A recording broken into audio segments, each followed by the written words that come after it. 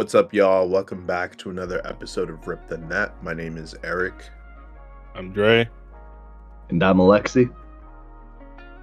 And thank you once again for joining into another episode. We're excited to be with y'all discussing sports and culture after a big week. How are y'all doing? Pretty good, This weekend, Chelsea got the dub. It was not as comfortable as I would have hoped, but we got it done. And it's been good games all around. Champions League was fire. WWE, we're gonna talk about that. It was interesting anyway. I know Alexi has a lot to talk about, so we'll get into that as well. Yes. Let me not sound so mysterious. Interesting. All right. Well, we won't have a dedicated segment to the NBA this week, but I do want to say the playoffs have been off to a very interesting start. Lakers blown out in game one. Jason Tatum had like a little injury scare. Thunder's completely crazy. Thunder's completely the Grizzlies out in game two, so that's been also interesting. Clippers and Nuggets been back and forth. Knicks and Pistons have been back. Yeah, fire games.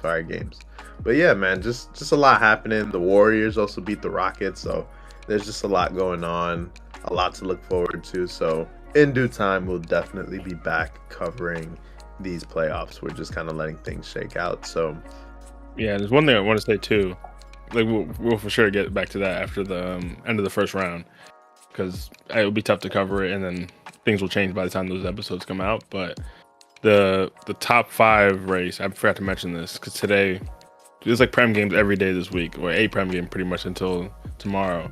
But today was City Villa, and City won, and that put them third with a game in hand. Well, the teams behind them have a game in hand, and put Villa 7th. But if it went the other way, Villa would have been 3rd or 4th, and City would have been 6th. So that top 5 race is crazy right now. All those teams are like within 1 or 2 points of each other. So keep an eye out for that, because the rest of the Prem is nothing to play for. No one cares about the top. No one cares about the bottom. But that top 5 race is the only thing that's really interesting now. Well, I gotta disagree, man, because Man U certainly has something to play for now. In the Prem? No, not in the Prem, but a little practice for the kids. Ruben talking about let the kids play. We're gonna get some more experience with the team we got. So, yeah, something to look forward to there. If you say so. Yeah, interesting. Well, cool. Do we want to get started with our first segment of the day? And that's the perfect segue. That's a bar. Man U in their Europa League, man. They had their second match versus Lyon. And I'm willing to go on the record and say that might have been the match of the season. Definitely for Man U. But even just the Europa League, European football in general, I mean, it was a crazy back and forth battle. The emotions, it was an emotional roller coaster. But in the end, in extra time, Man United were able to win 5-4 versus Lyon, which was 7-6 on aggregate. And there's a lot to talk about from that game, regarding player performances, Ruben's formation. So I want to hear your guys' thoughts on just the game in general. If you watched it, your thoughts on it overall. Yeah, that game, at the same time, there was actually a Chelsea was a Conference League game. So I was not tapped in earlier on, which is crazy. It's Conference League, who gives a damn? But we actually lost that game, so kind of embarrassing. But we won the 2 legs, so comfortable. But I was like keeping an eye out on the game because I knew you were watching it, even if I wasn't watching it. And by the time the Chelsea game ended, that game was still going, obviously, because it went on. And it was just so back and forth. Like, I just kept seeing like the score come up, but like I wasn't watching the game, so I had no context of like the momentum of the game. I was just seeing, oh, United were going up early. Okay, they're back in it. Then Inter going on this crazy run toward the end of the game. and then seeing it go to extra time, and then in extra time, why am I saying Inter? Lyon. I was thinking about that Inter game because I watched that too. Lyon were still dominating into extra time, and I was like, oh boy, Alexi's gonna be pissed. If Lyon win this game, I texted him, and I was like, feel free to go on a rant on this podcast because I know this one's gonna be devastating. But then I just went off and did something, and when I came back 10 minutes later, I checked the score. I was like, what the heck happened? United just went crazy in the last few minutes and clutched up. So I ended up only watching the highlights. I didn't actually see the whole game, but fair play. This guy, Harry Maguire, he is the clutch king. And I've said a lot over the years. You've said a lot. A lot of people have said a lot. He has his shortcomings. He's not the perfect player and perfect center back, and I'm sure eventually United are going to want to move on from him. But in terms of, like you said, those big moments, he just comes up sometimes and he does what he needs to do for the team. And especially late in games, you see him pushing forward. Like, he's the center back who will push forward to try to get those late goals because he has that massive noggin on him. So he's a threat aerially, and once again he comes through with a headed goal to win. Fair play. I gotta respect it. And I'm very curious to see how this Europa League plays out because Tottenham also went through, which people were doubting because Big Ange looked like he's going out the door very soon. But the Europa League shaking up to be pretty interesting. So fair play. Yeah, dude, Harry Maguire. I have to say, I am so happy for. Well, I shouldn't say happy, but I'm happy where he's ended up with his journey at United. It was very rocky when he was captain and was not performing. And I think, we can debate whether Bruno is the right captain for the club, but I think him not having that pressure anymore has been huge to improving his game. And ever since then, he's been capable of these sorts of moments. So it's really been something good to see. He's not perfect, but he's great, and he's proud to wear the badge and perform for the team. So yeah. Eric, did you have any thoughts from the if you watched the game or any recaps? Yeah. I didn't watch the game live, watched the recap. I think, before I even give my take, I'm very curious because they gave up a 2-0 lead and Lyon had taken control, had made it 4-2 into overtime. As a fan, do you take a shift like that? Because obviously we know the result. Do you take the result and you're happy about it, or do you have this kind of approach where you're pissed, where you're yo, how did we even end up in this place to begin with? Because I feel like the latter would have been my personal posture. So there obviously was a lot of action, always love a match where there's just a lot going on. I'm never going to be mad at that. But as a fan, I think I'm curious to hear your perspective. Are you how do you walk away from something like that? Yeah, I think especially with United bouncing between the Prem and Europa League, their performances have been wildly varied. Typically, they've fared better in the Europa League, and I think this game was an example of that. Their first match versus Lyon, it was not good enough, nowhere near good enough. But this match, I actually thought their performances and their play style were working pretty well. It was just really silly mistakes, or in the final third, there was one moment where Garnacho literally had a 1v1 versus the keeper and just could not shoot it into the net. He just shot it at the keeper. And, that's a trend at this point, and other players have their own issues. And so, even though we got this win, I still recognize the faults within the team and that there still has to be growth and development. And especially because Lyon ended up having, 10 men going into extra time.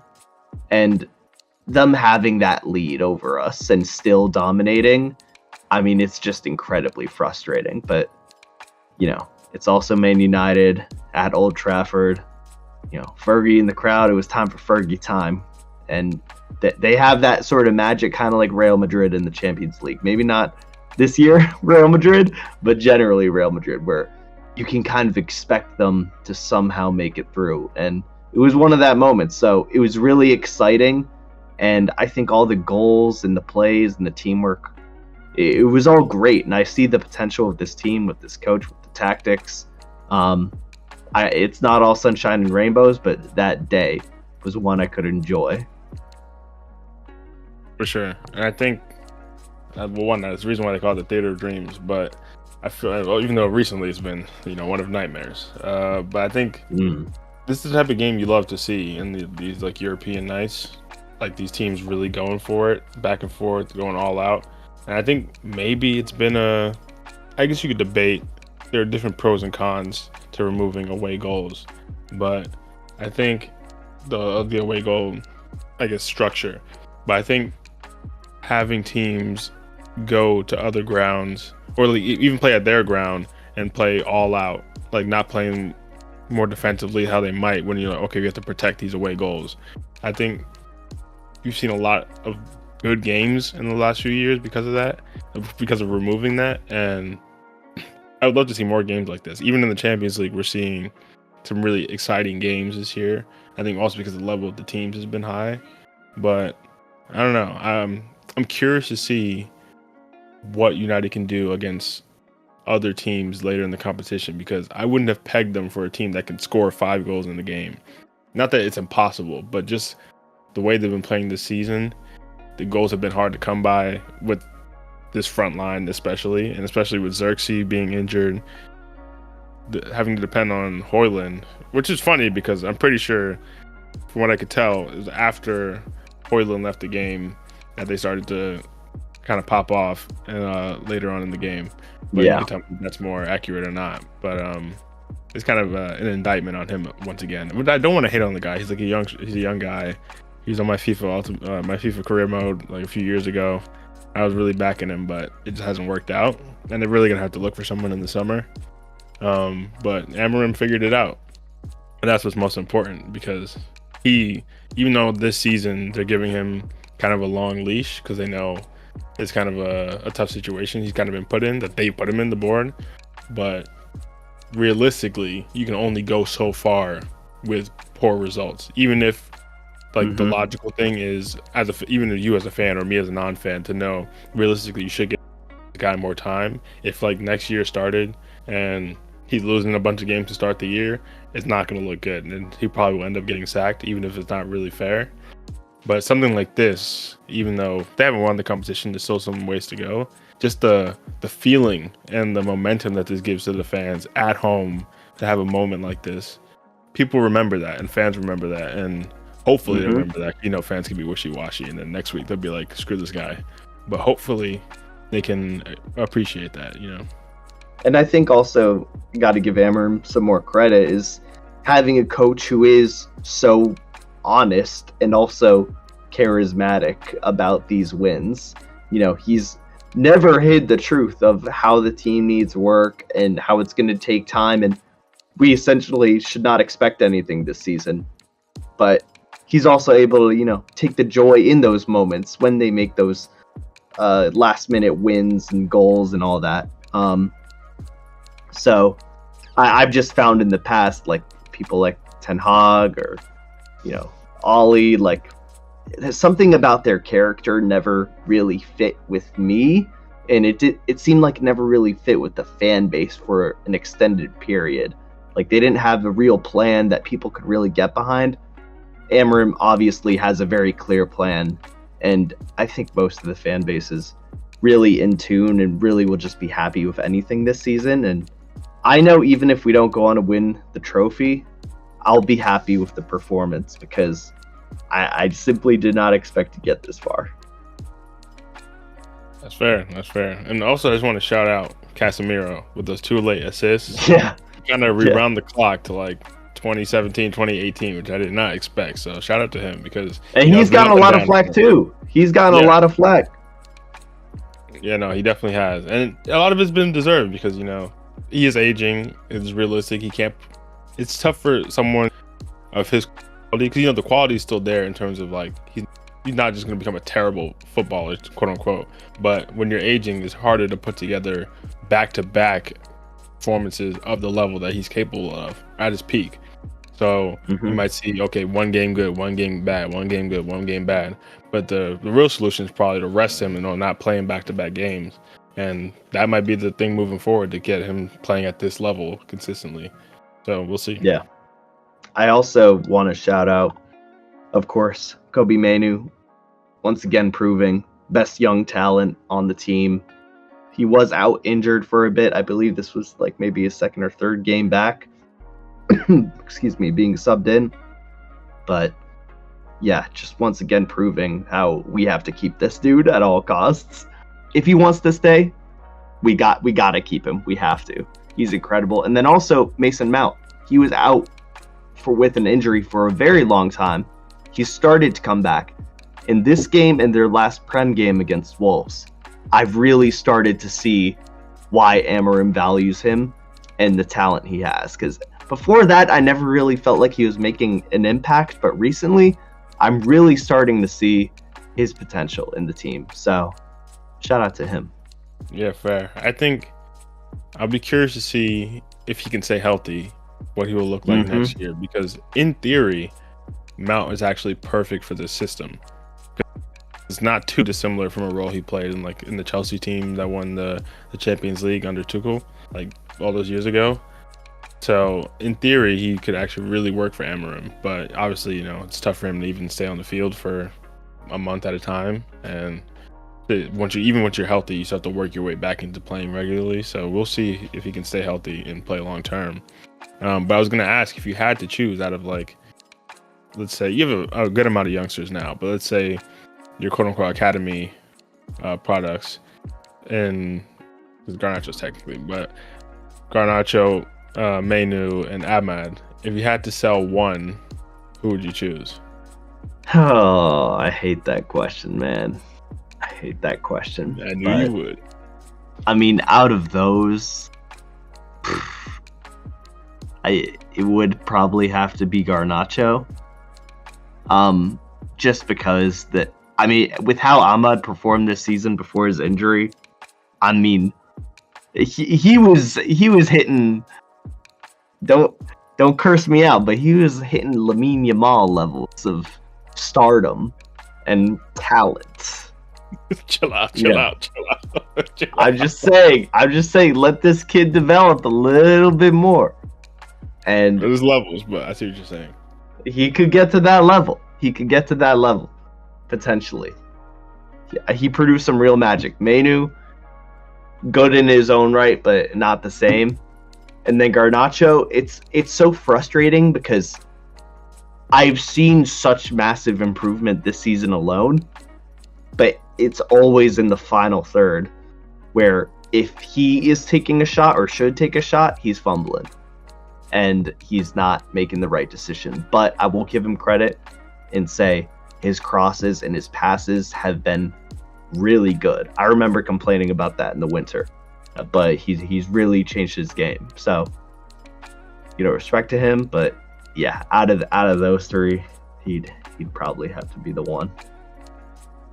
Fair enough. Yeah, I even as a non-fan, I'd have to agree. Obviously, I'd want you to sell Ahmad because that'd be self-sabotage. But realistically, Garnacho is not.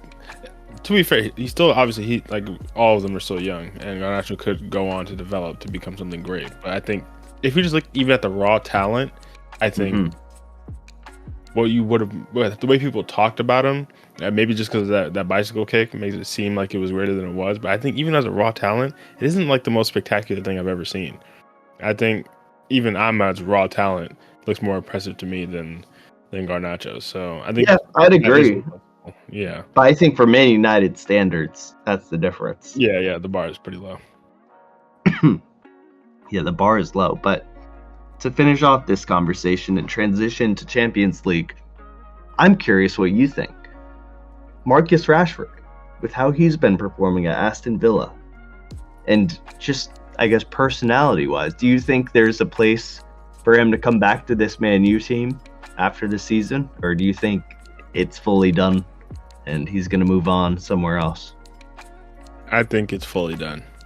I think it's tough because obviously he's playing well, but I think part of that is down to the change in scenery, the change in pressure, especially, and the role in that team.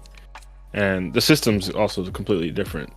But I feel like even if he became this amazing player and United fans, quote unquote, wanted him back, the reality is when he actually came back, that pressure would just mount all over again. And that's not something I think is fair to him. And I think at this point, once you've already decided to move on, it's cleaner to just stick with that decision and try to flirt with it and coming back. Because if things don't go well to start next season, then it's way more toxic again. So I think it's best to just move on. Yeah, I agree for sure. I bring it up because I want to say the past week I saw a report of how he still wants to like fight for his place at Man U, but it's not even about that. I feel like fighting for your place. I just feel like it's that pressure. It's exactly that. And I think there was so many expectations and weight put on his shoulders. And with Emerim's system, it just didn't work out. Which, nothing against him, he's still a talent, but I just think a different environment is the best move. For sure. And, speaking of that environment, getting into Champions League football and I was thinking we should go over these. We should preview the next round, but in previewing the next round, we'll talk about some of these matchups that happen. And next matchup, we do have PSG versus Arsenal. But PSG in the previous game in the quarterfinals against Aston Villa, we almost saw one of the greatest Champions League comebacks in recent memory from Aston Villa, and a lot of that came down to Marcus Rashford and his performance. And honestly, I will have to say, if Unai Emery didn't take him off, there's potential that Aston Villa go on to win that game. I think that might be something Unai Emery goes on to regret because Rashford was cooking. He was absolutely cooking. Unfortunately, I don't know if that game, I think that was in Villa Park, so it wasn't a night in Paris like you were hoping for, but not for you, but yeah, but I'm sure you have some stuff to talk about since I know you brought this up yourself. But Rashford was looking like a shell of, no longer a shell of himself, and looking back to his former glory a bit there. No, yeah, I mean, you said it all right there. He's a completely different player to Aston Villa, and I'm happy to see that. I'm happy to see him succeed. It's just crazy though, because he's not the only one. It's like Anthony, man, at Betis, like. It's crazy what a change of environment can do to a player and their performance. I mean, Anthony has been performing like a madman. I mean, with the amount of posts I'm seeing about him and his performance, you'd think he's like Ronaldo or something. I'm not putting him on that level. I'm just saying. Anthony or Rashford? Anthony. But Rashford, if Rashford like started the season at Villa, I think it would be the same. It'd be the same thing. Interesting. Okay. I think there was a bit of an adjustment period for him. But nonetheless, it's still that case of these former Man U players, just something about that club, the culture, I don't know. It isn't working for them, and they're able to perform, and that was more clear than ever during this game. For sure. I was very impressed by him. Just like the dribbling, the decisiveness in the final third, and it's a lot of pressure too because he started over Ollie Watkins, and Ollie Watkins, even just last year, was one of the best strikers in the Prem. So having this role starting over him in the Champions League quarterfinal game against PSG, who were looking like, if not at least the second best attacking team in Europe over the last like half a season. So for Villa to put on the performance they did, and it started weakly too. Like PSG went 2-0 up after already being up on aggregate, and it was looking like it was cooked. And shout out Emery. I talked about taking off Rashford and that maybe being a mistake, but the adjustments he made to even get them back in this game, they were looking scary and very dominant in going into that second half. So shout out to Villa because they play PSG better than Liverpool did even, and no one would tell you that Aston Villa is a better team than Liverpool because clearly over the course of the Prem season, it's not even close. But styles make fights, and they really impressed me. But PSG, I know they were up coming into the game, and we'll transition this a bit into the team they're going to be facing in Arsenal. I knew they were up coming into this game, but for it to look this scary, they were looking kind of untouchable coming into this tie, and this showed their vulnerabilities. And now they're going up against an Arsenal team that just absolutely destroyed Real Madrid over 2 legs. It wasn't even close, completely dominant. And there wasn't a point in this matchup where I thought Madrid looked like the better team. Even scoring a goal in that second game, their only goal came from a Saliba mistake, which is extremely rare in itself. And I'm not sure about this semifinal matchup. So, we can talk a bit about that Arsenal Madrid game before we get to our predictions. But what do you think about that second leg? I mean, yeah, but there was a part of me that was like, all right, this is where Real Madrid's going to kick in. Champions League magic. They're going to cook now. It did not happen at all. At all. In fact, the exact opposite happened. And I can't say I was surprised while watching the game. I mean, Arsenal were dominant and Real Madrid, it just looked like they lacked any creativity, really.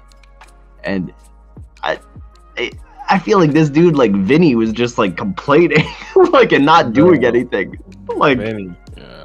Which I've heard the talk of, oh, this is your Ballon d'Or winner you wanted. And that game made me realize, like, yeah, that is wild. We were having those conversations. That is crazy.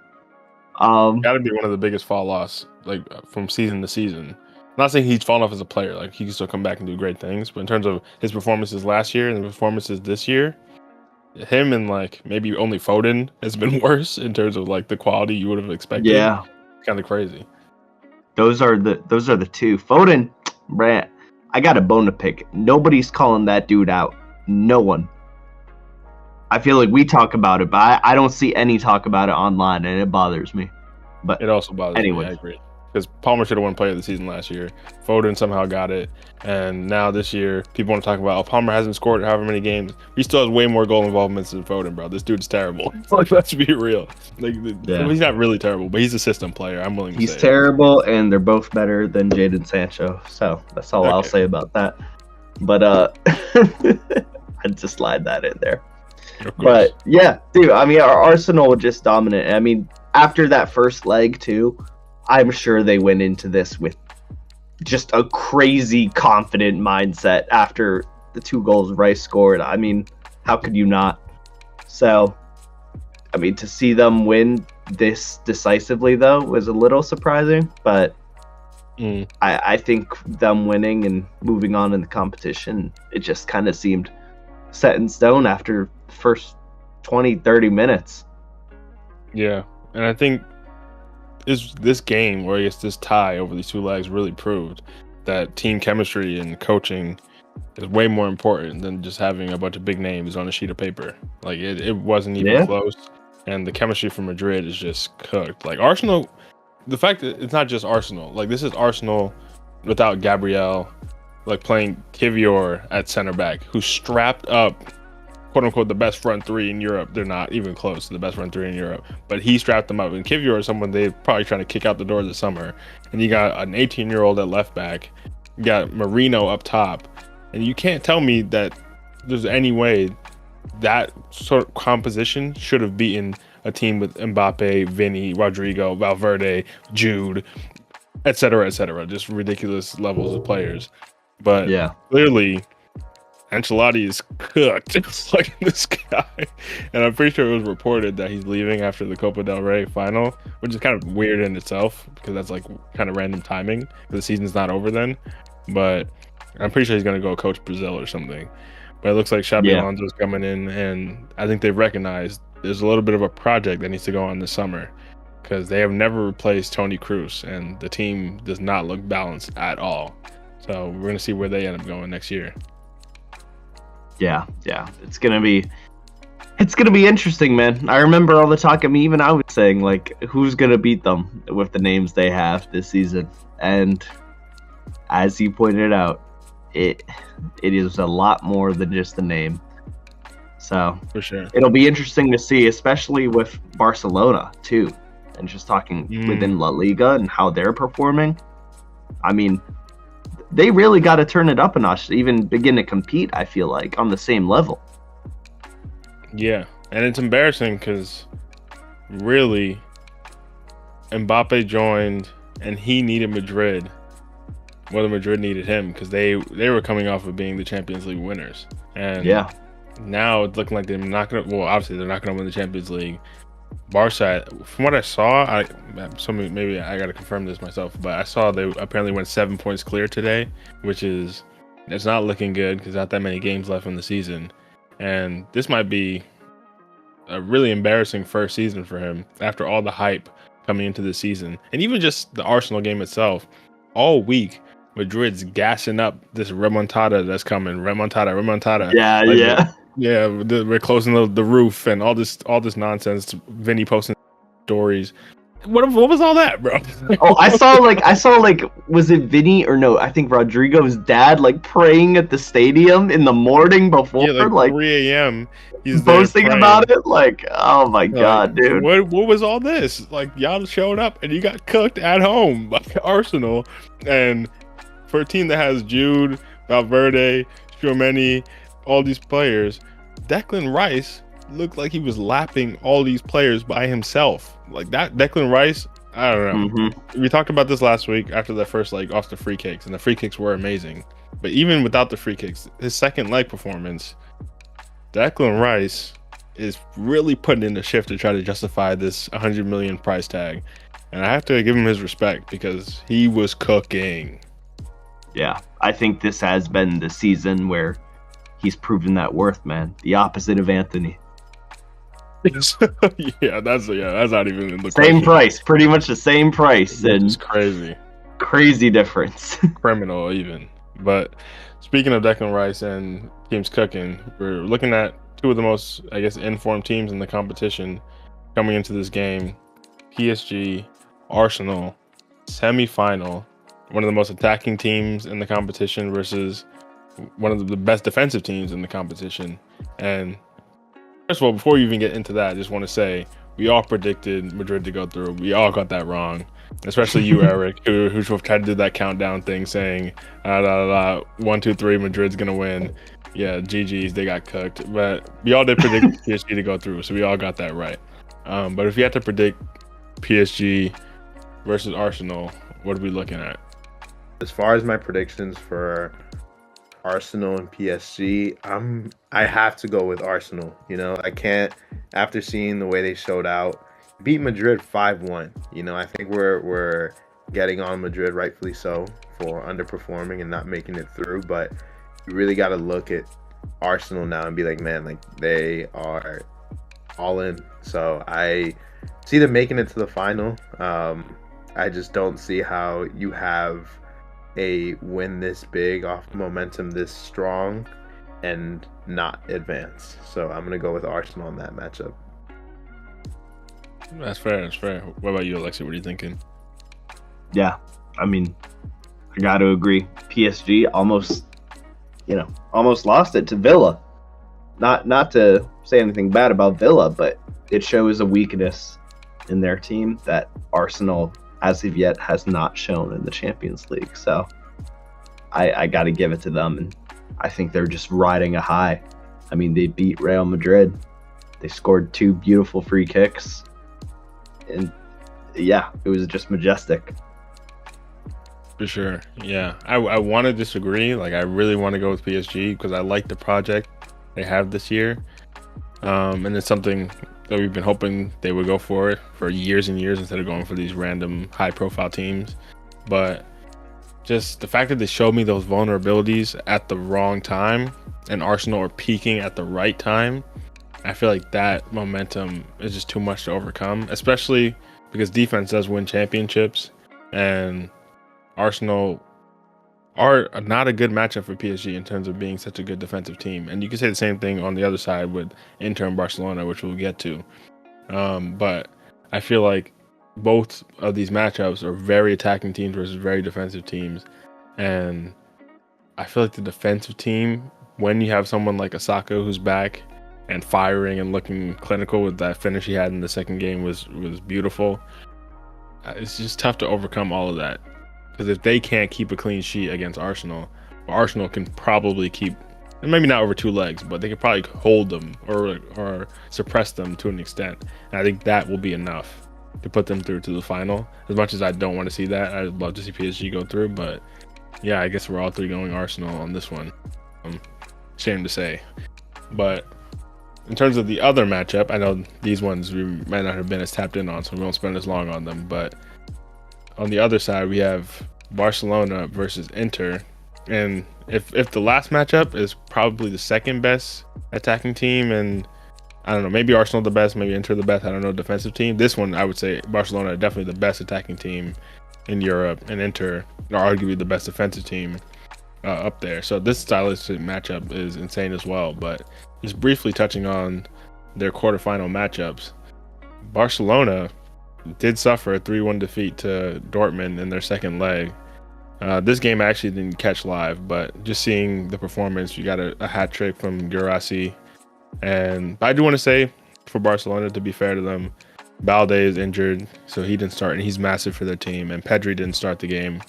So, and to me, Pedri's their best player. So I think Barcelona coming into this game, they were very confident coming in 4-0. So I can give them more of an excuse than PSG, because 4-0 is a very dominant. It's way more dominant a scoreline than 3-1. So I will give it to them. They clearly weren't even putting in their A team for this game.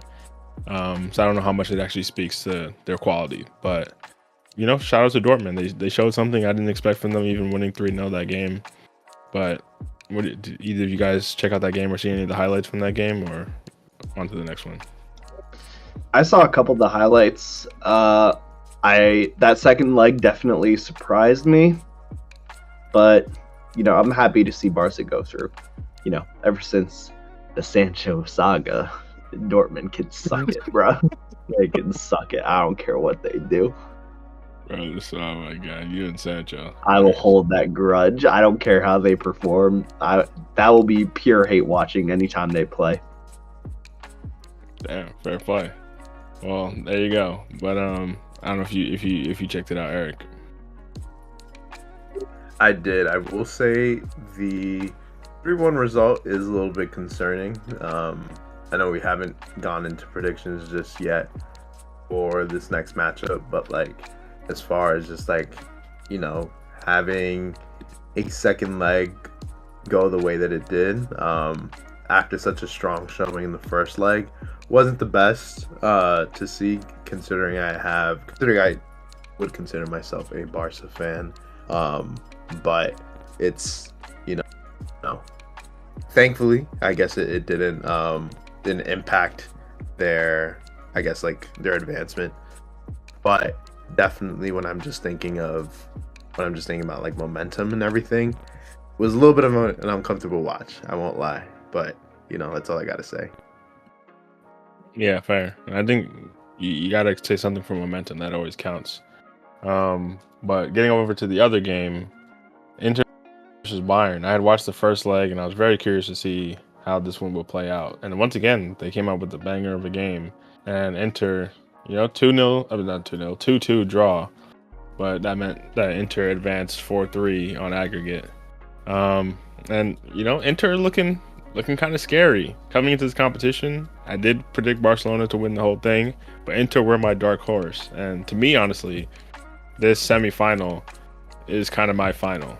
Even though I do think now that seeing how these teams have advanced over the course of the competition, I really do think this is a full, any one of these 4 teams could win the whole thing. This is probably one of the most even semifinals I've ever seen, or at least in recent years that I've seen, where I really feel like each team has a 25% chance to win the whole thing. But at least for me personally, coming into the competition, this matchup is really interesting. But shout out to Kane. You know, we talked about how in the first leg, he whiffed a chance that you would hope a striker of his quality could finish. And in this game, he had a really clean finish, a vintage Kane finish. But also, Lautaro Martinez, who we talked about also last week, who had an amazing Trivela in the first leg, he also scored a poacher's goal. And you had to talk about, can we say convincingly that Kane is a better striker than Martinez? And I still think, they won this game in terms of scoring, but there's something to be said for Martinez showing up every single Champions League game. I think he scored in his last 5 Champions League games. You got to give him his respect. You really got to give him his respect going into this semifinal. I don't know if you guys saw anything from these games, but it was pretty much another banger. I only caught the tail end of the second leg, but I've seen some discussion about the game online, and it kind of reaffirms my long point of view, which Kane, definitely a great striker, but in those big moments, he's not that guy. He's not that guy. He's not a Harry Maguire, man. I mean, that is true, though. It's true. I mean, they're doing that. It's coming home. It's coming home. It never came home with Kane, bro. It never came home with him. Martinez, at least, though, in these games, he's putting in a shift every time. Kane, I don't see that same effort. I will repeat, though, I did not see the whole game, so I'm kind of talking out of my ass. But just from past experience, that's how I feel. Yeah, fair. But I do feel bad for the rest of the Bayern team. I should know. I think they got a great team and players, so it sucks. But Inter have been, from the games I've seen, just the way they've played has stood out a bit more to me. For sure. I think Inter, especially for knockout football, they look like they're really built to make the long run. Versus like Bayern, like you said, they do still have amazing players. Like especially Elise has impressed me for his first season on like a team of this level. His quality is really shown. But I don't know. I feel like Bayern, it's weird because obviously they're still a massive name, biggest team in Germany, one of the biggest teams in Europe in terms of name value. But I feel like they're like, I don't know. I feel like when we were maybe in high school, like in the 2010s, it felt like Bayern were consistently one of the, like, not only just biggest teams in Europe, but actually best teams in Europe. Like Real Madrid level. I mean, that's how I viewed them. Madrid, Barca, Bayern, like they were in that conversation. Juve at the time, because Juve were winning like Serie A every year. It always felt like those teams were consistently the top. And now it feels like they're still good and they're still the best team in Germany. But even that, they didn't win it last year, so it's not that convincing.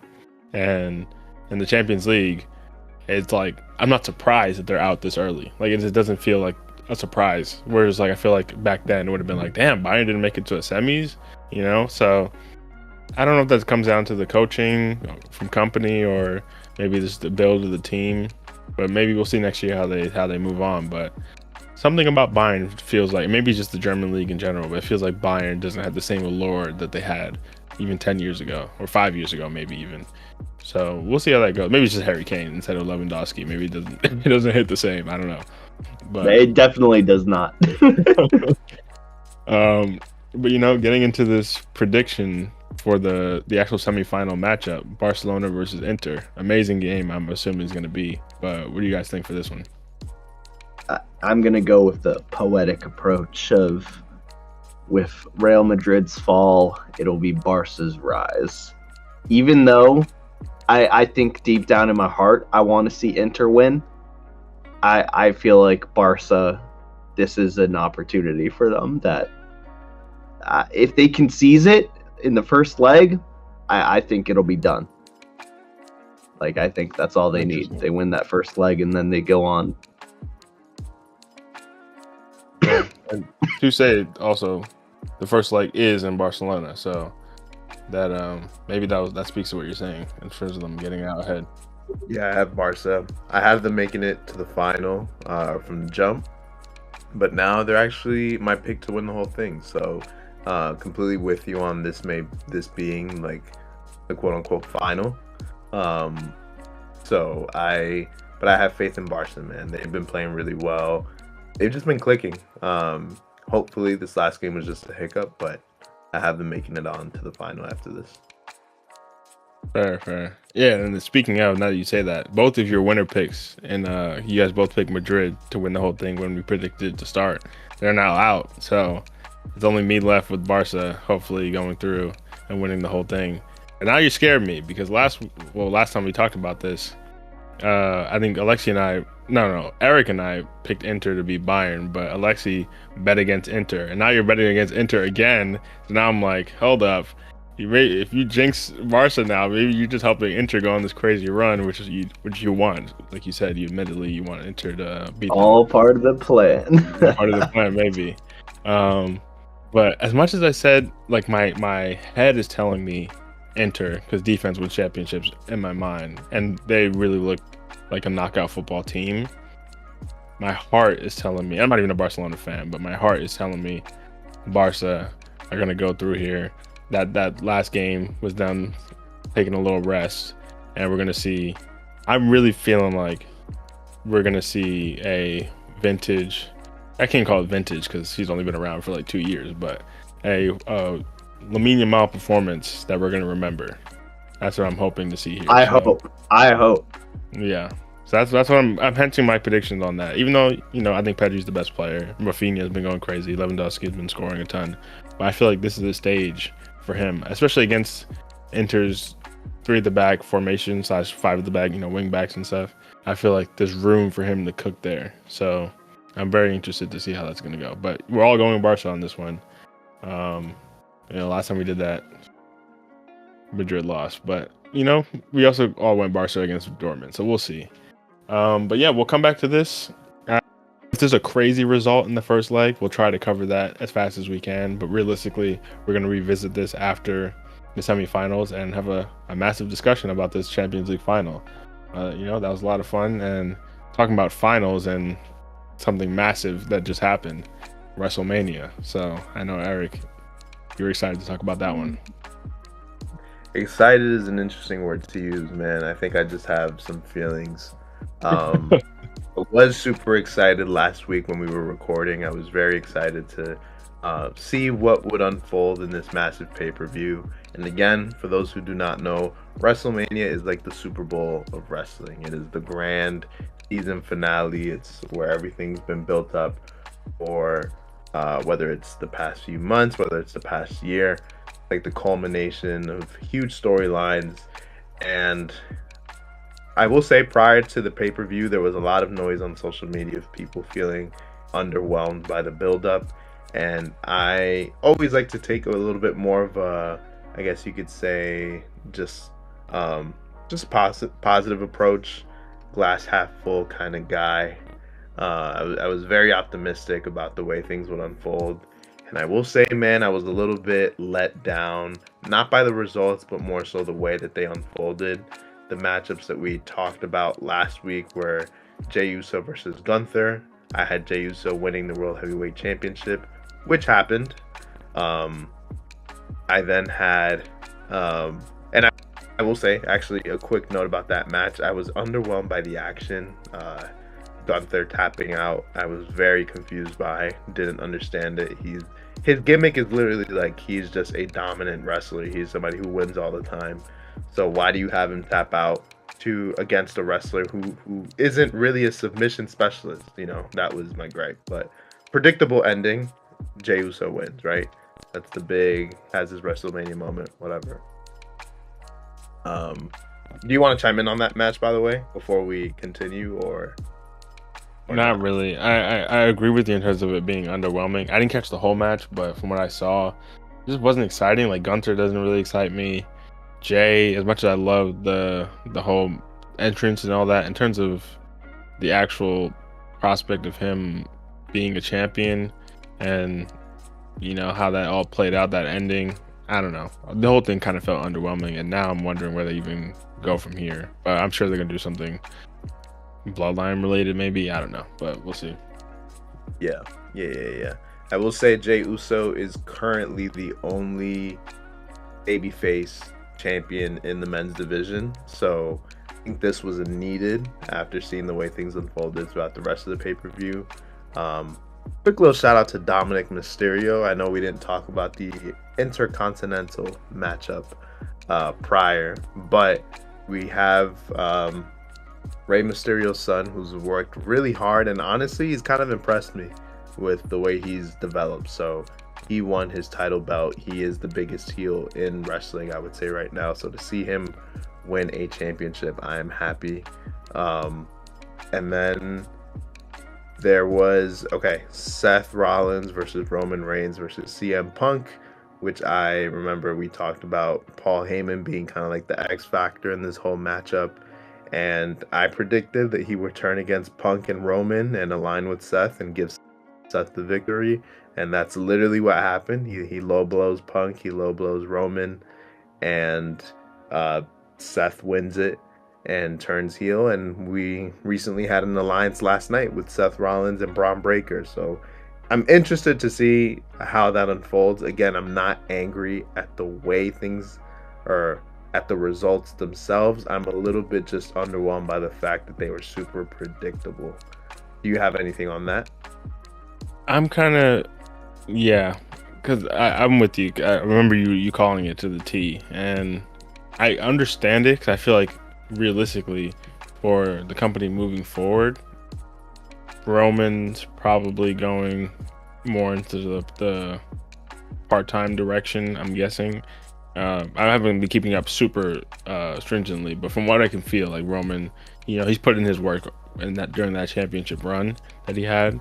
So I feel like you could see him going in that direction. And Punk, as great as he is, Father Time waits for no one. So realistically, they can't hinge the company on his back. So I can understand going in the Seth Rollins direction, even though this wasn't a title match. But in terms of just putting him over and building a storyline around him and giving him Paul Heyman, who is the GOAT, I can understand that. But I do agree with you that the predictability of it was a little disappointing. 100%. Yeah, I was definitely underwhelmed by that. But now that we are here, man, the main event of night 2, Cody Rhodes versus John Cena for the WWE Championship. I want to hear your thoughts, man. Obviously, we had Cena going over, or that the result was Cena ended up winning.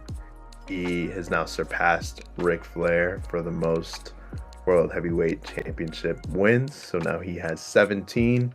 People have considered this to be the end of the GOAT conversation, which I'm not mad at.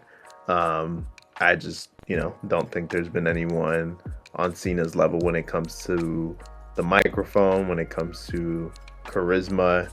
Wrestling, not his strong suit, but he has had great matchups, so it's not like he can't wrestle. He's definitely great in the ring as well.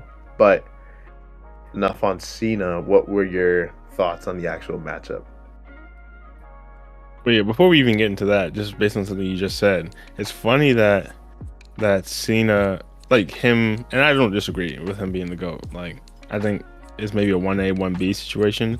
But even then, it's funny that him winning the 17th was like the deciding factor for a lot of people, when I feel like the person that people would have said is the GOAT before him winning the 17th, it wasn't even Ric Flair. So it's funny that was like the thing that put him over the edge. I think in reality, the person that you really would, if you're being real, to compare him to is Stone Cold, not Ric Flair. Like, no disrespect to Ric Flair. I'm sure for a generation, Ric Flair was the guy. And the fact that he went on for so long. But I think realistically for WWE specifically, not just wrestling as a whole, I think it was really between Stone Cold and John Cena, if anything. And actually, speaking of Stone Cold too, that segment they had with him was absolutely terrible. Like, I don't even know why. I think obviously everyone loves him, so you're always happy to see him. But like, bro just came in, crashed the ATV, read from cue cards, didn't even say anything really, and it just dipped in 5 minutes. Like, I thought it was gonna lead up to something, but I think it was literally just to have Stone Cold's face on the screen, which is always welcome. But I think it's better if you like use that sparingly if you're not even gonna do anything. But what do you think about that in terms of the GOAT conversation and the Stone Cold segment? I was gonna say, in response to the Stone Cold segment, I'm with you 100%. WWE always does this thing on like this is the amount of people we had in attendance, and they always make it a whole segment. And I guarantee you, nobody cares, man. Like literally, nobody cares. It's one of those things that you can literally put up on. You can put up on Twitter. You can put it up on Instagram. You can put it up in like when you're off the air. If you want to really let the fans know, there's a huge jumbotron. There's screens all over the place. There is a time and place to do it. It's already a long pay-per-view. I don't understand why it needs its own segment. I love Stone Cold. He's amazing. The crash was hilarious. That was funny. I think it looks like the girl faked it, but I'm not gonna throw those accusations. If she wants to get her bag, she can. But if you really are curious, watch it back. It looks like there was a little bit of a delayed reaction before. Yeah, it didn't make sense. It didn't make sense. Yeah, but that was hilarious. That was the most entertaining part of the whole bit. So, you know, that was its own thing. But yeah, I'm never a fan of those segments. But yeah, love to see Stone Cold. It's always a treat to see him. Yeah, wish he stunned at least one person, but yeah, it didn't happen. Okay. But the GOAT conversation. Yeah. I think it's interesting that you said Stone Cold, because he's actually, he is up there. He is right there with Cena, in my opinion. I actually thought you would have been more of a fan of The Rock. I am. Yeah. I don't know. I thought you'd be more of a, like, there's usually like someone's either a Stone Cold guy or a Rock guy. I would have categorized you more as the Rock guy. Oh, let me say for clarity, I'm 100% a Rock guy. Like, in terms of my preference, to me, my personal favorite of all time is it's probably The Rock. Like, it's between Rock, Shawn Michaels, and CM Punk, probably, in terms of my top three. And Rock's probably number one, personally. But in terms of, like, if I'm being objective about impact on the industry, I would have to go Stone Cold. Because I think even at their peaks, Stone Cold was 1A, Rock was 1B. But personally, yeah, I prefer The Rock. Interesting. Okay. Cool. Are you a Rock or Stone Cold guy yourself? What about you? I'm Stone Cold. I like The Rock though. I don't dislike The Rock. I think The Rock is great. I think he's very entertaining, obviously, and he's just really good in the ring. And I don't just mean that from a technical aspect. I think just the way he punches, for example, like something that's very minimal, but like he really sells his punches, really makes the other wrestler look good as well.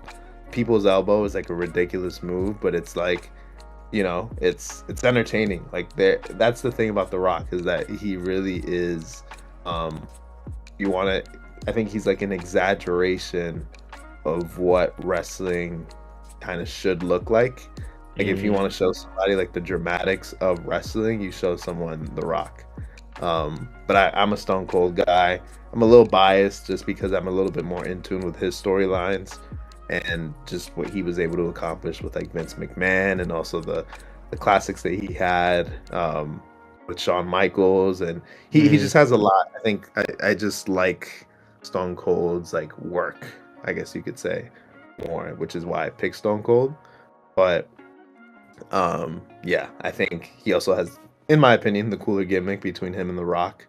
As far as just like what I would categorize, like if I had to describe their characters to somebody who didn't watch wrestling, I think Stone Cold sounds a little bit more interesting. He's like that blue collar guy who's like the anti-authority figure who, you know, overthrows the boss. That's a cool little.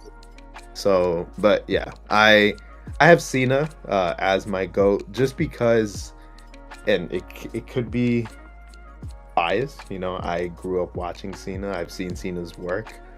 Cena destroys everybody on the mic, in my opinion. Whenever Cena is in a promo battle with anyone, he always just manages to destroy them. I've never seen him really humbled on the mic. He's battled it out with The Rock, who is many people would consider the GOAT on the mic, and he not peak Rock though. Not peak Rock. This is Rusty Rock. It's Rusty Rock, bro. It's Rusty Rock.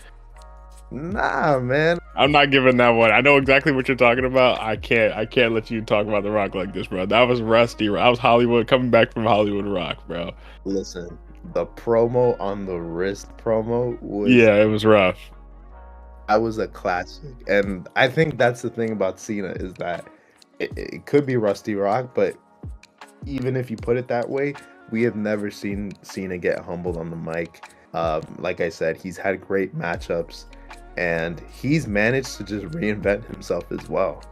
So I have to give it to Cena. He's my personal GOAT. But maybe this is a longer conversation for another time. But I also will say I had Cena as my GOAT prior to this weekend. I know I said that it's kind of shifted the conversation a little bit, which I think it did. But in my opinion, I always had Cena on top. Yeah, agreed. I think I understand where you're coming from, though, in terms of for the general public. I feel like this was a narrative that they built in terms of the GOAT narrative, and this is what WWE was pushing for. So I can understand that. But I also agree, personally, I think his body of work was already too overwhelming to really say that he's not the GOAT. I can still understand the Stone Cold argument, because this is not like actual sport where like I prefer peak performance over longevity.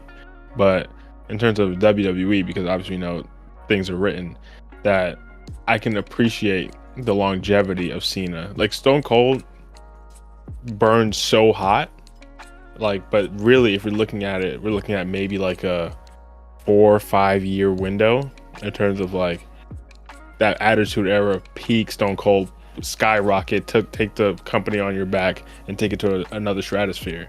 And honestly, I don't know if that'll ever be replicated. But in terms of now, we're looking at 20 years, maybe 15, because we're not looking at peak John Cena over the last few years.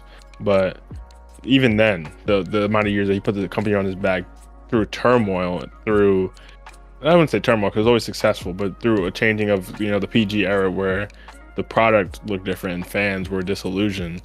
Even going through that, I think, and then the whole cycle of it coming back around, I think that longevity through that specific period of time makes it really hard to argue against. Absolutely. Yeah, man. This is a whole conversation, like I said. So we can have a Mount Rushmore.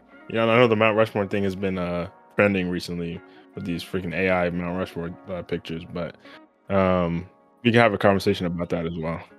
But in terms of the match itself, I know that was the original question you asked me. Even coming up with before the match, like I texted you about this, but Pat McAfee announcing that Cena was going to be on his show the next day, for me felt like way too much of a telegraph coming into this match, even though we both thought Cena was going to win. Like I think he even said last episode that I was predicting like a dirty win for Cena. But even then, like even if you know that or you're assuming that's going to happen, I feel like that's a little too telegraphed from a broadcast perspective. But the Cena entrance though, I really liked. Like I thought it was, especially knowing his history with entrances, like some of the most epic entrances I've seen at WrestleMania specifically. I'll always remember the one with like the 100 Cenas going down the ramp, like that lined up and he ran. That one like always stands out in my mind, like ridiculous.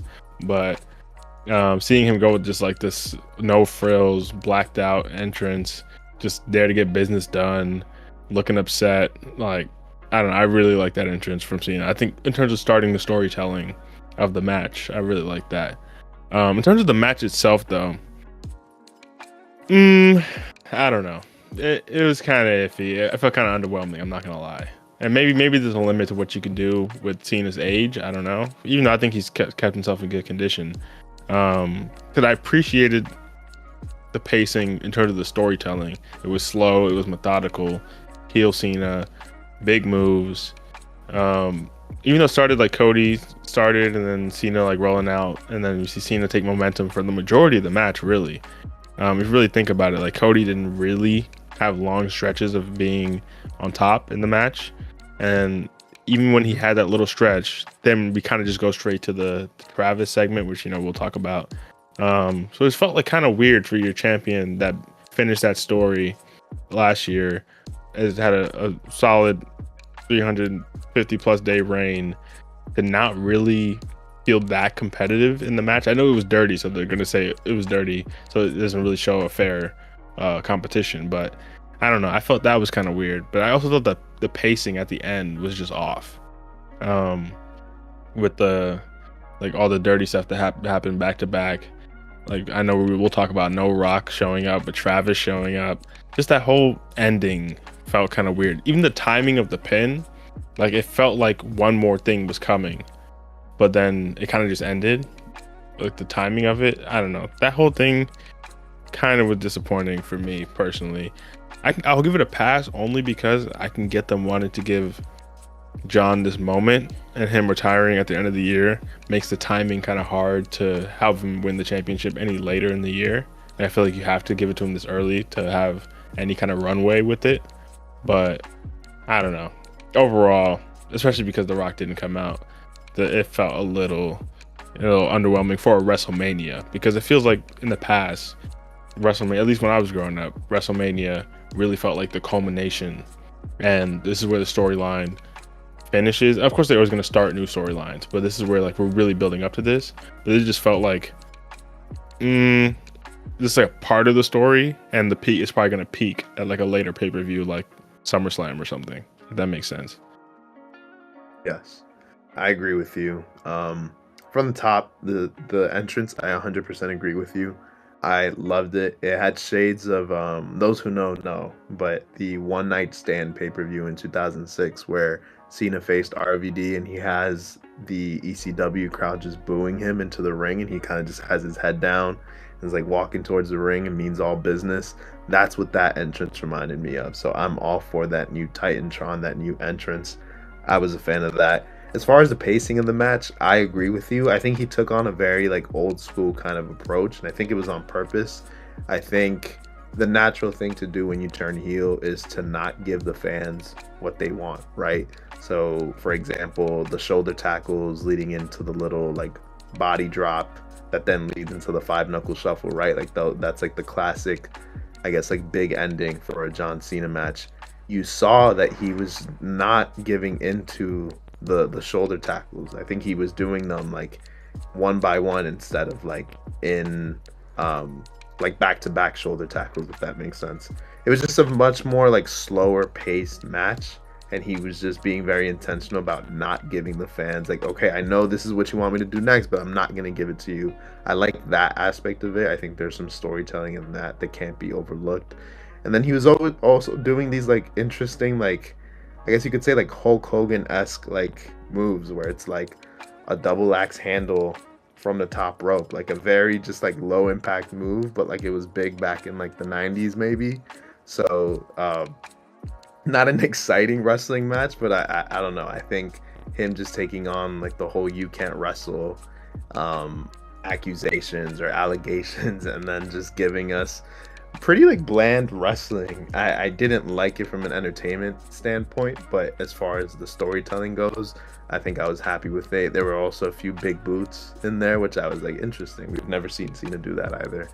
But I can appreciate the storytelling, but yes, I am totally with you. I did not like the way this match ended. I was not a fan of the way. Again, this was predictable. We predicted that Cena would win through heel antics, and what happens? The ref gets knocked out, and then there's the whole Travis segment, which I guess we can talk about now. But Travis comes in, he tries to attack Cody. Cody attacks him, gives him the crossroads, and then Cena kind of returns and gives him the low blow before. I think Cena was tempting Cody to not hit him with the title belt is what had happened, because I think Cena was about to do that to win the matchup. And as Cody's deciding whether or not he wants to hit Cena with the title belt, Cena low blows him and eventually gets the pin. That's just, I don't know. I wish we got more. And like you said, I wish we got The Rock. We saw Cena align with The Rock. Why have we not seen The Rock since Elimination Chamber? I just don't understand how that happens. I am still trusting in the storytelling. I think this may just be building up for a much higher or just like a much more, I guess you could say, like intense payoff.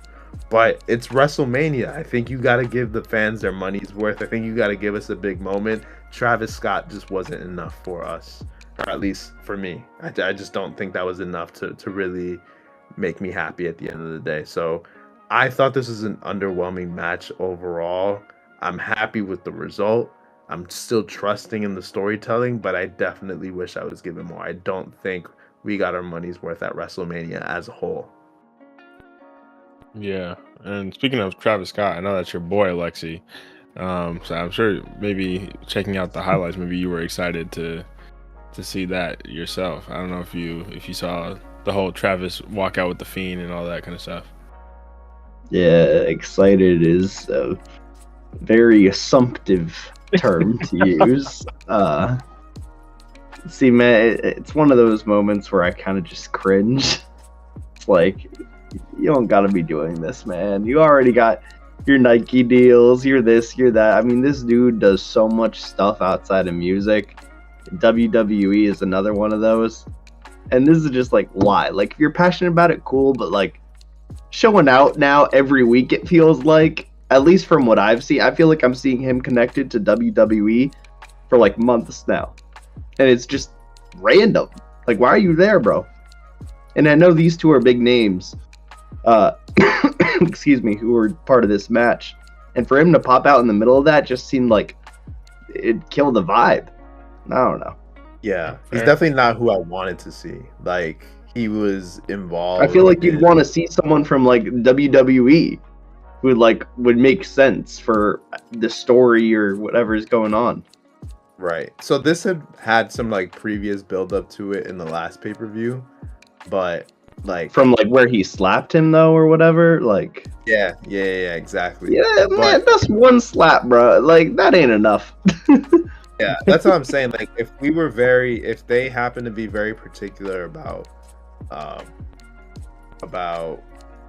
finishing up that little like Travis Scott beef that had began, I don't see why you have an excuse for The Rock not showing up. Like, if we get Travis Scott, why couldn't we get The Rock? That's where I'm confused.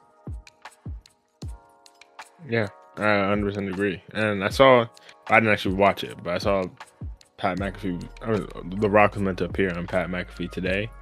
Was today? I think it was today or tomorrow. I think it was today that he was on it. So maybe there's gonna be some kind of explanation, or they're just trying to do it through the media somehow. But I don't know.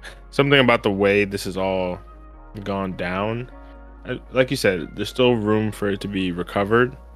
But the intersection of like WWE, ESPN, all these kind of things, I feel like it's kind of, in a way, it's adding to it, but it's kind of taking away from the main product, where it's like, really, these fans came for a climactic WrestleMania, like you said. And of course, not everyone can go out like Shawn Michaels against Undertaker, like, you know, maybe that's once in a generation type stuff. But this one, like I said before, it is about the timing too, because knowing Cena's going end of the year, so maybe that's when they're gonna go all out. But this one just felt like, okay, we'll give you something, give Cena the title, and then we'll move on from there. But speaking of, I was gonna say, coming into this episode, I was gonna say that personally, maybe this is blasphemous to say, I don't know, from the hardcore fan perspective, I know he went and did his time on the circuit and he really built himself up from what he used to be. But I personally don't really care for Cody outside of that whole finish the story arc. Like, him as a champion recently, like, hasn't really compelled me in any kind of way. To even just watching him in segments, like, he doesn't really, like, for me, we were just talking about like greats on the mic. Like, he's not that compelling to me personally. And maybe that's just a lack of time spent watching him in recent years. But I was gonna come on here and push for a Randy angle, even before, you know, some things that happened on Monday night. I was gonna come and say, just for old time's sake, not even because of any type of coherent story, just for old time's sake, now that Cena's champion, WWE champion, I was like, in my head, I'm like, Cena, Randy, one last go. I'd love to see that. And then, lo and behold, we got a little RKO out of nowhere on Raw, so maybe we're getting what I'm looking for. Looks like that's going to be a very exciting storyline, I will say. I think the way that unfolded was great. Cena kind of coming out as this, like, there's nobody else in this company who is, the paraphrase basically said, like, carried the weight that I carried, walks or like has the same ruthless aggression as I do. Like, all of that was great. And then to have Randy, who's kind of followed Cena in the same timeline more or less, come out and hit him with the RKO. That was great. So I'm excited about that. Don't think Randy will win, but I think it'll be a great program regardless.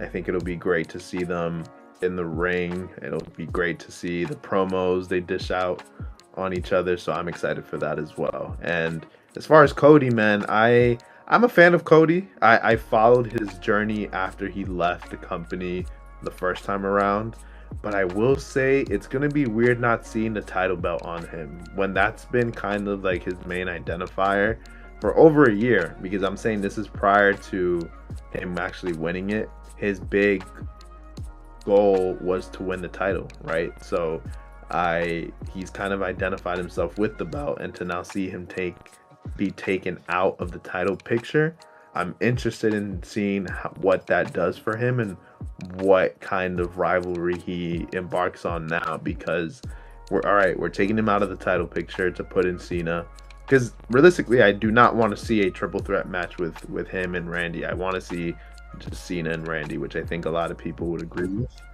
But yeah, I'm very interested in seeing, okay, you don't have the title belt anymore. You're not going to be chasing after it. What do you do now?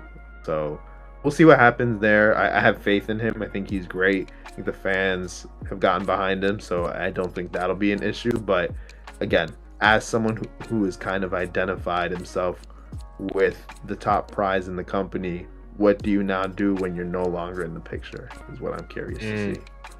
That's a good way to look at it. And maybe with that like future in mind, maybe he'll become more interesting to me, because I do feel like this is not just Cody. I feel like this happens all the time. But like, say with Kofi Kingston, for example, I wasn't personally following that at the time, or just people like when you really get behind someone chasing the title, maybe even Jay recently, even though I don't know if it's on the same level, but when you really get behind someone chasing the title, like that chase creates a bond with the fans and an interest in the person that I think is hard to maintain once you actually acquire the title. Then that's when the real work begins in terms of building interesting storylines to keep people interested in you now that you're no longer on the chase. And for me, it hasn't been, at least recently, it hasn't been that interesting. Personally, like even like the whole Cena build-up, like I think nothing about this build-up specifically felt like I needed it to be Cody. And maybe because I know they're doing it's a whole three-way thing with The Rock, and The Rock and Cody have their history now, so that's the whole build-up. But nothing about it was like, oh, I'm really invested in Cody, whether or not he keeps his title. Like for me, it was all about John, and that's biased from my time watching the show. But I'll be very curious to see what he does now that him and the title aren't synonymous. Where does he go? And maybe he does more interesting work in other feuds. Absolutely. We'll see what happens, and I'll be optimistic about the whole thing, but time will tell, and we'll see what happens with just everything. So I'm looking forward to covering this more in the future. I'm sure this won't be the last time in the near future where we cover either of these two guys or just whatever WWE hooks up in the near future. But yeah, cool. I think this is a cool segue into our final segment of the episode. And Alexi, I'm actually curious to hear your perspective as well on this, just because I know, like Dre said, you are a Cactus Jack fan. I know you're not a fan of the actual clothing line, but WWE released a Cactus Jack collab this WrestleMania weekend, And I will say this is probably the best thing we've gotten out of this little crossover that we've been seeing, is this little collab that they dropped. And I guess I'll just go first before either of you have a chance to ruin. I guess give your honest input. I'm impressed by this collab, man. I think this is it all gives very like a look into what the vintage shirts, which have kind of like rise in the market. I think it has that same feel. You have a lot of just old school t-shirts. So there's a Steve Austin shirt, there's a CM Punk shirt, there's DX, like a DX reference, there's a Rock shirt, there's a Cactus Jack Mick Foley like zip up hoodie, which I think I was like, okay, great, because for those who don't know, Mick Foley, WWE legend, one of his characters was Cactus Jack. So I was always like, I was wondering if they would do something involving Foley, and they did, and it's the most expensive item on the shop right now, going for $170 for a zip up hoodie. But you're wrong about that. You see the belt? I know. Oh, you're right. You see, I naturally overlooked that. Yeah, there's a Hardcore Championship replica belt going for $1,200, which I think is insane. But I will say, the last thing I will say is that I love the details that they've included with like including the old WWE logo, like the non, I guess you could say like the Ruthless Aggression logo. I was impressed to see that make an appearance as well. And there's also a John Cena football jersey, which I'm personally not a fan of, but people on social media have been going crazy over it. Those who know Cena know that he used to come out in football jerseys during the beginning of his like run as like a top wrestler, as like someone who was in the title picture. So this is definitely like an homage to his shift over into the babyface, I guess you could say, a route back in like the mid 2000s. But I've done enough yapping. What do y'all think of this collab? Yeah, I mean, this is pretty run-of-the-mill for Travis. With his, ever since he dropped Utopia, I feel like any merch he's done, whether for himself, for his tour, for a collab, has had this similar kind of vintage, grimy design aesthetic, very grunge. And there are a couple pieces I like. I don't know the references, but they all kind of fit the Cactus Jack thing. But that belt, dude, I mean, that might be the biggest scam I've seen in my life. Forget the price tag for a second. Actually, no, $1,200. You would think, all right, $1,200, like, damn, it must have some stones in it, like maybe some silver, some gold. Nah, bro, they use acrylic and rhinestones in some zinc alloy. Oh, wait, for $1,200? You could buy yourself like gold jewelry. You could buy yourself so much. Why would you buy a belt made of crap materials that you're not gonna wear, that you're probably gonna stick in a closet or have on a shelf? That is crazy to me. That is insulting. That got me pissed. Everything else, like I said, kind of run of the mill. I like the hats. I think like the last hat I like the most, the one that says Wrestlemania on it. But yeah, I mean, it's nothing new. As a Travis fan, I think a lot of the fan base is kind of at a point of like, all right, we think there's going to be a new album. Like, we want to see something new, like aesthetically. I'm ready for that because he's been doing this for a bit. And even part of Cactus Jack, Don Toliver, his last album had a kind of similar aesthetic as well. So I'm just kind of tired of it at this point. But as a collab with WWE and how he's also been, integrated into, WrestleMania and everything and making appearances, and Fiend has become such a thing now, I feel like, that it's cool that it's so intertwined, which is something he's always been good at. Could you give me a shirt or two that you were a fan of, like a piece or two? So for t-shirts, I think I like the No Bystanders tee the most. You know, it's a little edgy. I like the colors. I like the back graphic the most on that one. And then I know you were talking a bit about the football jersey. I actually like that just as much. I think just the colors on that and the little details on it are cool. That price tag is a little steep, I might say, but you know, for that's what they do with these collabs. So I agree. What's the No Bystanders shirt? I'm looking for it. it's at the very top. Stone Cold one. For Stone Cold. Steve Stone Austin. Cold one. Yes. Okay. Yeah. Cool.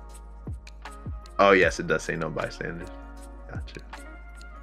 Cool. How about you, Dre? Yeah, I mean, I like it, and I think I agree with what both of you said from both perspectives. Like, I do think it's not too out of the ballpark of what Travis has done for previous stuff. Even if I'm not the most tapped in, I can see this at a glance and even tell it's kind of his recent aesthetic, or maybe just aesthetic in general. But I also do think, just coming from the WWE perspective and someone who's not going to go buy like general Travis Scott merch or Travis Scott album or tour merch, having something intersecting with something that I'm interested in, I can appreciate that. Whereas, like, even if I'm not going to buy anything because I'm not trying to spend $55 for one of these tees, or much less $130 for a jersey, but I do like if someone somehow went on sale, I might see myself copping the Brahma Bowl, even if it looks goofy on the back. But you know, just because I'm a Rock fan or a CM Punk fan with the straight edge, or like you said, the No Bystanders, even the DX, I just like the black and that shade of green. But just because I'm fans of those wrestlers. So seeing those aesthetic, the one of the Triple H one, you know, I'm not a big fan of, but the rest of them, I can see something there. If anyone buys this goddamn Meet the Rage, Travis half face looking like you think he's actually a villain toward the bottom, what the hell is that, bro? I'm not gonna lie. That one is crap. That's one is goofy, crap. bro. That's goofy. But some of the other ones I actually really appreciate, especially like you said, the Cactus Jack. That bad. You said what? I said I don't think that one's that bad. I think it wouldn't be that bad if Want he to was be an actual, Darth Vader, Darth Maul looking ass. Like, if he was an actual wrestler, that's one thing. It gives the vintage feel. It's like, you know, the like vintage feel. What the fuck is that supposed to mean? The vintage. Compared to the other ones, It's half his face. I'm just saying, like, you know how like I said, the vintage style of like all the vintage style. Yeah, no, yes, but I think this one gives off that vibe more than others. Like, not the most, but it's up there. Like, I think this, if you're going for that, But that doesn't make it good, I don't think. It's not enough. I think because he's not a wrestler, it just looks goofy. Because knowing, like, if he was an actual wrestler with this design is different. But no, this is Travis trying to look hard like he doesn't when he comes out for WWE, but knowing he just got cooked by Cody by one move, like, it just doesn't hit in terms of like his character on the show. If that even makes sense.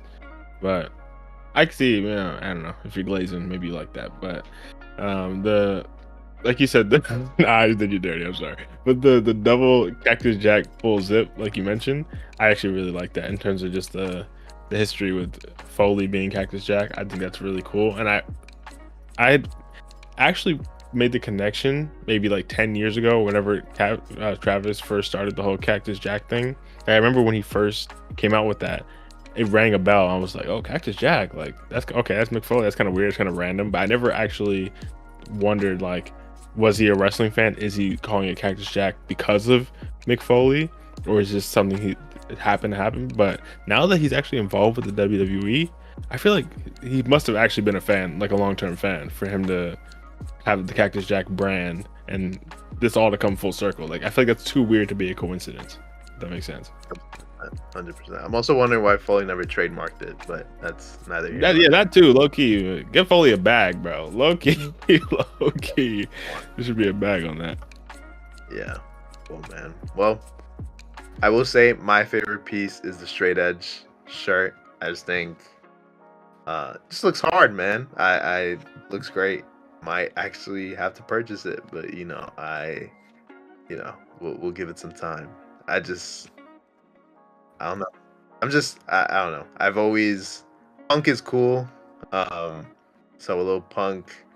I guess like to see the fact that like it's not like his other shirts. I feel like he's dropped pretty corny merch. This is like not as corny or like this is a non-corny, I think, CM Punk t-shirt. So I think that says a lot. But yeah, it's way more subtle. It's definitely 100%. way more subtle, and I think that's the key. No, I was just gonna say. I was already gonna say a similar thing. Like that's the key with these kind of things. Like you can't be too in your face, and I feel like this one you can get away with. Like if you know type shirt. Yes. 1,000%. Yeah, rather than a Reese's Puff or Fortnite t-shirt, like or McDonald's. That was a crazy one. That was was so funny. I really want to know who spent money on that because no. The amount of merch from that collab I've seen at the thrift shop is crazy. Crazy. Yeah. Remember how much the Astroworld merch was milked too? I mean, that's when he really blew up, I think. Yeah. With the merch. That was like coming out for a whole year. Like it was like you had like a whole year worth of merch. If you really want to talk about milking merch, is completely off topic, but Juice WRLD posthumously, like when I think I can't remember exactly which album it was, but there's one album, I think maybe it's the second posthumous album, where with like the black background cover thing, but where they started coming out with like merch. I remember I had signed up for like email updates, and they were spamming merch for like 2-3 years after that. Maybe they still are. I think I unsubscribed from those updates because it was ridiculous. But I'm like, bro, y'all are milking this dude's legacy. It was a bunch of terrible, like some of them were cool, but most of them were terrible. And I was like, nah, this is actually like y'all are dragging it crazy. But that's completely off topic. Yeah, that's hilarious. Dang. Well. Cool, man. All right, maybe one day we'll go into our favorite collabs. I think that'd be also great. Like, yeah, that'd be a good topic. I've been to. But cool, For man. sure. All right. Glad you guys didn't. This is probably the first thing you guys have unanimously, and by unanimously, it's pretty much. It's more a comment on like Alexi. It's like the first pro wrestling thing Alexi doesn't completely trash. So that's a good thing to see. But, if anything, I'm trashing Travis's appearance there, man. That was dog. Yeah, but I agree with you. Leave Fufu Homelander alone. Thing. Fufu Homelander, that's crazy. But we don't gotta. That'll always be his name to me.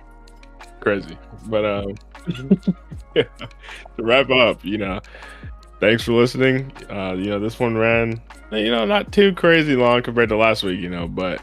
A lot of good topics this week, a lot of exciting stuff, especially coming to the end of the year. There's bound to be some longer shows because this is like the end of the sports season. So NBA Finals, when that comes, I'm sure it's going to be similar. But playoffs, Champions League coming to an end, Prem coming to an end, Wrestlemania, a lot of culmination. But it's fun to talk about it as always. And just like last week, just like next week, we're keeping it going. We're keeping the train moving. So appreciate you guys watching, and look out for some more segments coming out and shorts, clips, TikToks, whatever, coming very soon. So keep an eye out for that as well. But appreciate you guys as usual. And sorry, little jump scare. I thought he was Takeoff in 2017, but thanks for watching. Thanks for listening. See ya. Appreciate y'all. Peace out, y'all. Have a good one.